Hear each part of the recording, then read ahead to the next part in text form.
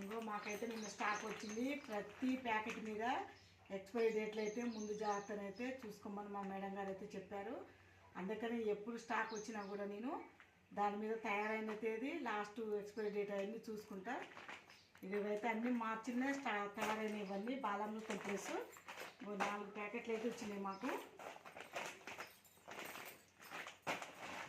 ఇంకా 2 ఆయిల్ ప్యాకెట్లు వచ్చినాయి. ఇవి కూడా మార్చినే తయారైనట్టున్నాయి.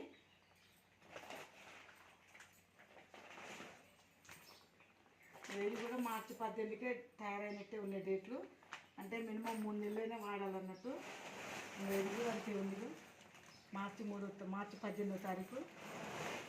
వీటికి కూడా కారం పసుపులో కూడా డేట్ చూద్దాం. అన్నిటికి కూడా ఉంటుంది. ప్రతి ఒక్క దాని మీద ఉంటుంది ఎక్స్పైరీ డేట్ అనేది.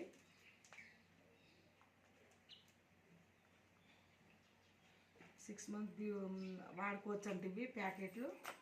ఇప్పుడు ఇచ్చారు కాబట్టి 6 నెలల దాకా కూడా వాడుకోవచ్చు అంట. ఫస్ట్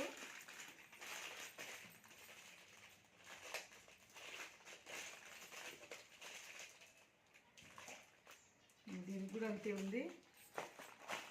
అన్నిటికీ ఎక్స్పైరీ డేట్లు చెక్ చేసుకోవటం వల్ల ఏంటంటే మనకు డేట్ అయిపోయిన ఫుడ్ వాడకుండా పిల్లల కోసం కదా, చిన్నపిల్లలు గర్భిణీలు బాధ్యతలు వస్తారు కదా, వాళ్ళ కోసం మనం ముందు జాగ్రత్త పడటం అన్నట్టు. ప్రతి దాని మీద కూడా అంతే ఉంటాయి. ప్రతి దాని మీద డేట్లు ఉంటాయి మనకి. ఇంకో దీని మీద కూడా ఉంది డేటు.